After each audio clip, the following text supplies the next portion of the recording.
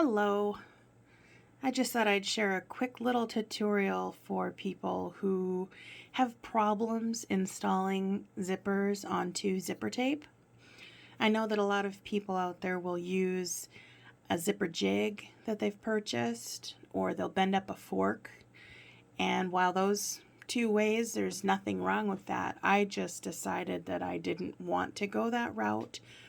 So I tried putting zippers on the way that people typically do, splitting the tape apart and then somehow wiggling it in there. And I was constantly getting my zippers put on crooked.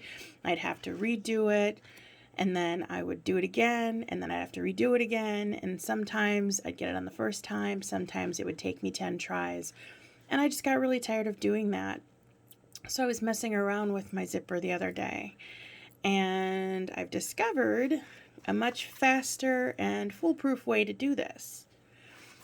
So if you take your zipper tape and you take your pull and you install the pull backwards, make sure it's all the way down as far as it'll go, and then you just pull the top two teeth apart and push it in.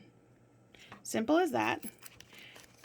It goes on perfect every time. You don't have to worry about gaps or crooked or anything like that.